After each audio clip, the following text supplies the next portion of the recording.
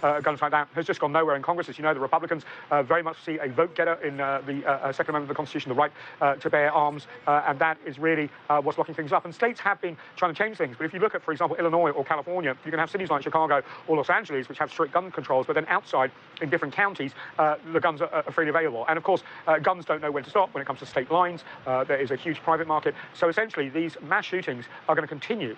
This is a uniquely American problem, which doesn't have any American solutions right now. Nathan King, CGTN, Washington. The search and rescue operation following the sinking of a fishing vessel carrying hundreds of migrants off the Greek coast has concluded. The extended search has failed to yield any new information regarding the fate of the passengers or how many remain missing, leaving their relatives desperate for information. Evangelo Sipsas has more. It's day 4 for Mahmoud as he desperately searches for information about his younger brother. His search efforts have been focused now to the asylum center in Malakasa, where most of the rescued have been transferred. It took him about 2.5 hours to travel here from the city of Kalamata, but when he arrived, there was no news of his loved one. I'm sure he's died too. He told me he's spring in the water and he's swimming, he's swimming. But he stay 3.5 hours. Not all can swim all this time. This is longer time for any people to swimming longer time like this. That is a problem. With no new information coming out of the Hellenic Coast Guard or the Kalamata city authorities, the relatives of the missing have rushed to this center to find any information that could link them to their loved ones. But sadly, most leave empty-handed. As the search and rescue operation wound up Sunday, the city of Kalamata held a memorial service for the victims of the shipwreck, both known and unknown.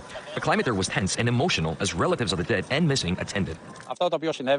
What happened is a shame for humanity and our civilization, and the reason is not so much because of traffickers. For them, it's business as usual. Instead, it's those who destroyed the southern Mediterranean with war and conflict. 6 days since the boat capsized, and the number of missing or presumed dead is still unknown. Greek authorities put the figure at 250, while eyewitnesses claim around 500 people remain unaccounted for, a significant difference. Evangelo Sipsas for CGTN from the Asylum Center in Malakasa. And that is it for this edition of The World Today. I'll be back shortly with more news from the continent in Africa Live. Thanks for watching.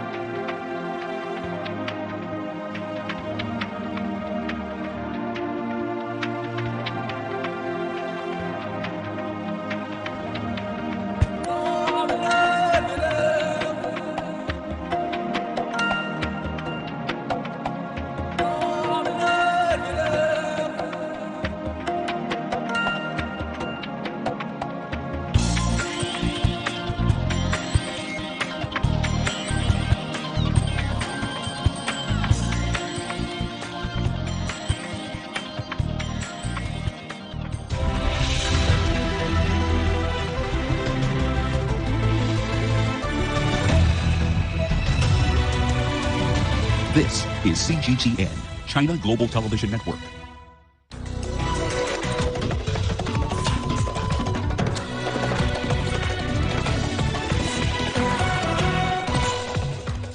Start of truce period brings calm in fighting to Sudan's capital, Khartoum. Uganda sends more troops to pursue attackers who killed 37 students. And Mali counts votes for referendum expected to pave the way for elections. Welcome to Africa Live on CGTN with me, Beatrice Marshall, in Nairobi. Also coming up on the program. In business news, Egypt ropes in the International Finance Corporation to support its state privatization plans.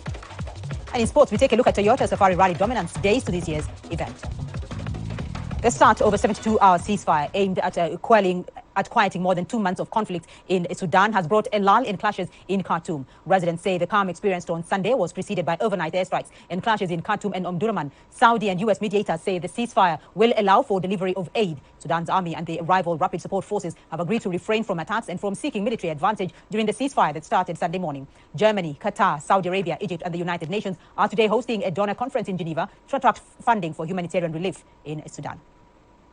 Well, let's stay in Sudan for now, where up to 25 million people are in need of food aid, according to the United Nations. And there are fears that the number could increase if the ongoing conflict between two units of the country's security forces interferes with the planting season due to begin later this month. Naba Mohideen reports from Gezira State in Sudan. It's a new threat the Northern African nation is facing. The preparations for the summer planting season are underway, with fears of failure that will only exacerbate food insecurity. Al Jazeera State in central Sudan is one of the main agricultural hubs in the country. There were hopes it could help fill the food gap in the country, but numerous obstacles remain. We're facing many challenges to make this season succeed. We're challenged by the closure of administrations in Khartoum because of the war, the supply of production material, and also irrigation. All of the sectors don't have enough finance in the wake of the exceptional conditions the country is going through. But we shall work on solving these issues. Another threat is the looming rainy season. In 2022, flash floods in the state, which washed away large parts of the local farms. The main challenges for this season are the ongoing conflict in the country, the availability of fuel, and the lack of financing. Those factors combined mean millions of Sudanese people could be at risk of famine. The floods also blocked irrigation canals. This year is exceptional due to the war. I call on farmers and Sudanese people to plant in any spaces that are available to help feed other people and challenge these difficult circumstances. We started preparing for the season despite all of the difficulties.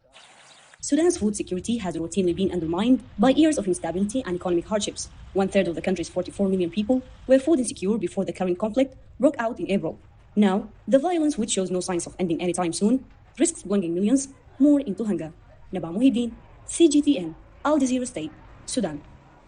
Sudanese refugees arrived in Iraq's capital of Baghdad on Sunday following an evacuation mission as a 72-hour ceasefire came into effect. The Iraqi Foreign Ministry says the 165 evacuees from Port Sudan include Iraqi, Sudanese and Syrian people. The refugees say food supply and healthcare in Sudan has been a challenge, making life unbearable. So far, Iraq has evacuated nearly 600 people since clashes began in Sudan in mid-April. His Excellency Prime Minister Mohammed Shia al-Sudani issued a direction to urgently respond to the pleas of the Iraqi community in Sudan. And within 72 hours, this was executed with the evacuation of 165 citizens of Iraq, Sudanese and Syrian nationalities. The evacuation of other nationalities was done out of a humanitarian duty and reflects Iraq's role and commitment to the humanitarian matters. We thought maybe the situation would be resolved, so we waited. 1 month, 2 months. But the situation got worse. There is no improvement at all. The situation is very bad, really hard. People could not even eat. There is no food. Wherever you go, there is no food.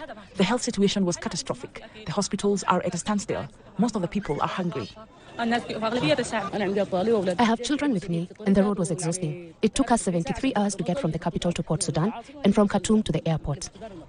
South African President Cyril Ramaphosa has deemed the African peace delegation to Ukraine and Russia as impactful. This is despite Russian President Vladimir Putin rejecting the plan that was already largely dismissed by Ukraine. CGTN's Joy Kiruki Juma reports on the outcome of the African peace mission. It was a mission to Russia and Ukraine by African leaders to call for action to de-escalate tensions. Action that was presented in a 10-point peace initiative on Saturday. Its real success obviously will be measured on the ultimate objective of stopping the war. But the impact that it has had is that, one, we were listened to as we gave an African perspective on the war that's having negative consequences for our continent. And secondly, we're probably the only group that has engaged the two leaders within a short space of time to put forward a very strong proposal and view that the war must end. The goal of the visit was to listen to both sides and at the same time explore to what extent we can go beyond the ongoing war and reach a ceasefire and return to diplomatic dialogue from the understanding that any military conflict must end through peaceful means. To solve conflicts through peaceful means is one of the charters of the United Nations. We are aware of the complexity of the situation and the repercussions of this conflict on African countries with relation to the global economic situation and its impact pressures from inflation, food security and energy security. After meeting the African delegation on Friday, Ukrainian President Volodymyr Zelensky said peace talks would require Moscow withdrawing its forces from occupied Ukrainian territory, a proposal Russia has said is not negotiable. Russia on Saturday challenged the assumptions of the plan presented by the African leaders before the round of statements could go any further. Ramaphosa on Sunday said African leaders would continue discussions with Putin, with the second Russia-Africa summit expected in July this year. And in the intervening period, we'll also be talking to President Zelensky because we also want to know his response to a number of the other issues we raised. So overall, much as this was not going to end the war, it is one of those engagements, and many other people and parties are having engagements with Russia and Ukraine on the war. We're the first one to see them almost jointly, but one after the other. So the agreement that they are willing to engage with African leaders on this is a huge achievement for us because now Africa is in the frame. Africa will be participating, and we're participating positively without trying to diminish the other efforts that are underway. The Russia-Ukraine conflict, which has dragged on for over a year, has impacted not only its citizens, but destabilized global food and energy prices. Joy Kiruki Juma, CGTN. Well, let's return to our headline story. The start of a 72-hour ceasefire aimed at quieting more than 2 months of conflict in Sudan has brought a lull in clashes in Khartoum. Residents say the calm experienced on Sunday was preceded by overnight airstrikes and clashes in Khartoum and Omdurman. Saudi and U.S. mediators say the ceasefire will allow for delivery of aid. Sudan's army and the rival Rapid Support Forces have agreed to refrain from attacks and from seeking military advantage during the ceasefire that started Sunday morning. Germany, Qatar, Saudi Arabia, Egypt and the UN are today hosting a donor conference in Geneva to attract funding for humanitarian relief in Sudan. Well, let's now get the latest from Momen Al-Maki. He's in Khartoum, joining us live from there. Momen, good to see you there. A ceasefire brokered by the U.S. and Saudi Arabia is supposed to have taken effect. What is the situation today across Sudan?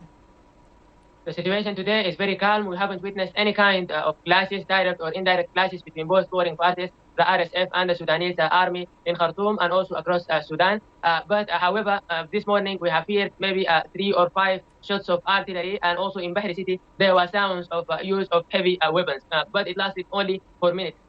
But there is no direct clashes. Maybe one of both forces was trying to try a new weapon, was trying to shoot maybe for training purposes. But so far there are no direct or indirect clashes between the RSF and the army here in Khartoum. And also in Darfur right now, cautious calm hangs over Darfur capital after tribal clashes yesterday between tribes allied to the RSF and tribes which are against the RSF, which are the African tribes there. But the tribes allied to the RSF set an ambush for the refugees who were trying to flee to Chad, and many of them were killed and injured. But so far, right now, this ceasefire is holding, and we haven't witnessed any kind of clashes between both warring parties. So, Momen, tell us about the humanitarian situation in and around Khartoum and exactly who is controlling what. The humanitarian situation is in its best cases here in capital Khartoum. So far, no organization have announced the delivery of humanitarian assistance to those who are in need here in Khartoum. Maybe the humanitarian assistance are afraid from looting crimes that are committed by the RSF. Yesterday, 2 civilians were killed in a looting crime in north of the city of Bahri in Shambat area. So maybe the humanitarian organizations are afraid, but maybe with the continuation of this calm, the humanitarian organization will be able today or tomorrow to deliver humanitarian assistance to those who are in need here in Khartoum. The RSF are controlling the majority of capital Khartoum. We are speaking about 80% of the capital. They are controlling the entrances of Khartoum. In Bahri, they are controlling maybe more than 90% of the city. Also, Omdurman, they are controlling the majority of the city. The army is spread in north of the city of Omdurman, where I am, and also in western Omdurman around the engineering corps. Khartoum also, the RSF are controlling Khartoum airport, the presidential palace, and part of the general army command. And they are spread in south Khartoum and some areas in western Khartoum. The army is spread in western Khartoum, in Al-Kalakla and its neighboring neighborhoods there. All right, Momen Al-Maki in Khartoum for us. Thank you. Well, victims of a Friday attack in Uganda have been laid to rest. Family members buried their loved ones on Sunday in an emotional ceremony. Attackers from a group with links to the Islamic State killed at least 37 secondary school students late Friday. The students were from Lubirira Secondary School in Mpondwe, near the border with the DRC. Military and police say the attackers have also abducted 6 students and fled towards the Virunga National Park across the border. By yesterday morning, 12 students were missing. But in the course of the day, 6 reported back. 6 haven't yet been seen.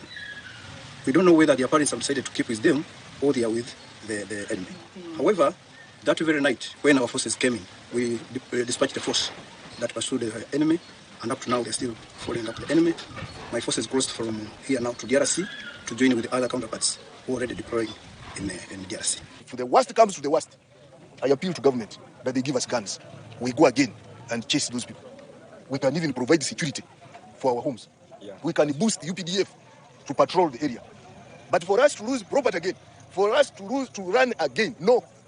And I appeal to all my people here, let us never run again. Ugandan President Yoweri Museveni has vowed to hunt down the allied democratic forces, a rebel group suspected to be behind Friday's attack on a school in the west of the country. The attackers killed 37 students and abducted 6 others. Schools in the area are now uncertain about the safety of students, fearing more attacks. Isabel Nakiria reports. Julius Singoma is struggling to cope with the trauma of watching his friends die. The senior 2 student of the Lubiriha Secondary School is one of few survivors of the ADF rebel attack in western Uganda. He survived by clinging onto the ceiling when the rebels were attacking his fellow pupils. Those that were down were being hit with hammers, hoes, bangas and bullets. Singoma says he only jumped down after the rebels left the dormitory because he was suffocating from the smoke and fire. But the terrorists returned after hearing him fall. While they are touching under the beds. They came touching, but I had smeared myself with blood all over my head and body, pretending I'm dead. That's how I escaped. He escaped without injuries, but he's scared of ever going back to school. What school? To go to school? I don't think so. Isingomer's mom is trying to cancel him and convince him to return to school, but only if the government can promise protection for their children. As parents, we are still fearful that something else can happen, but I can't really leave my son without going to school, so I want government to provide enough security to our children. The Ugandan army has tightened security around the area, but many schools are worried about the safety of their students. Some students are reportedly staying away from school over security threats in the area. Schools operating boarding sections are the most affected as students are fearing possible attacks in the night. The district local officials say they will ensure enough security for the students. Teaching and learning is all about the mindset, the psychological. It is psychological, and if they are traumatized, they can't do much. But also, he also advised that there is a need to beef up security in these schools. Nsingoma School had only one security guard who was killed before the rebels gained access into the dormitories. Around 6 students were abducted, and their whereabouts is not yet known. We appeal to the attackers to respect schools as a safe environment for all learners. The Ugandan army says it's pursuing the rebels and will bring back the students. Uganda's President Yoweri Museveni warns he's sending more troops into the eastern DRC to fight the ADF rebels. Isabel Nakiria, CGTN Kasese, Western Uganda. In Mali, vote counting is underway for a referendum conducted on Sunday. The referendum is believed to pave way for elections in February of 2024 that will hand power back to civilians, ending a 3-year military rule. Officials say provisional results are expected on Tuesday. Here is CGTN's Wanja Mungai with the story. On Sunday, Malians lined up in different polling stations across the country to cast their vote in support or against the proposed constitution. I voted for Mali to be united, for us to agree on the same thing, and for us to be united. It's a historic day. It's an important day. I think that all Malians must come and fulfill their civic duty because we can come and express ourselves even if we don't agree. That's what the no ballot paper is for. Those who agree will choose the yes ballot paper.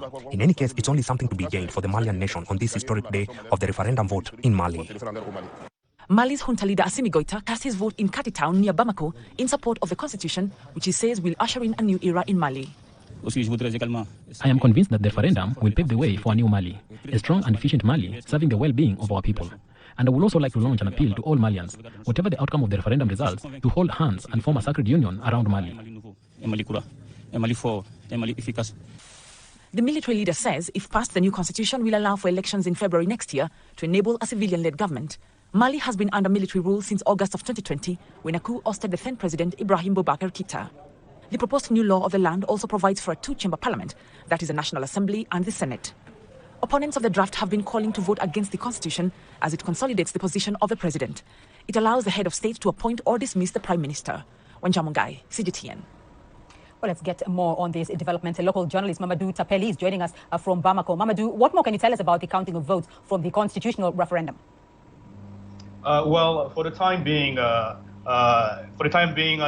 result, the yes side is in lead about this result, referring to a compilation result of different voting centers. But it all went well in general, apart from some parts like regions under the control of the CMA, the coordination of armed movements like Kidal, precisely Kidal, Tessalit. And in the center, some ballot has been torched and burned up by some armed groups, men. But in general, this might not compromise the elections in general.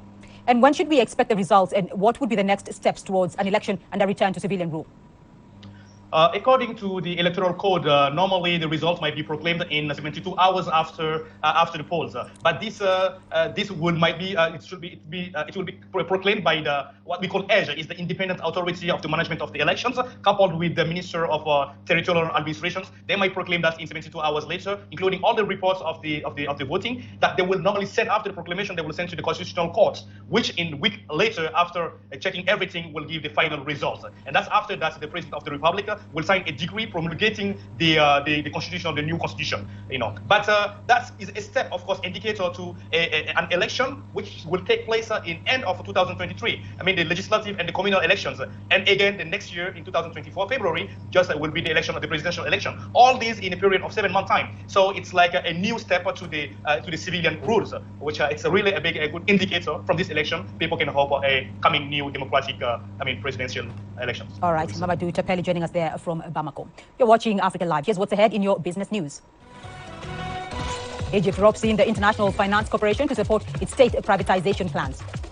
And Nigeria rolls out ambitious plans to revive the ailing electricity production and supply. Africa is the nexus of enterprise, and global business will tell you why it matters. From the mega investment projects to multi-billion-dollar mergers.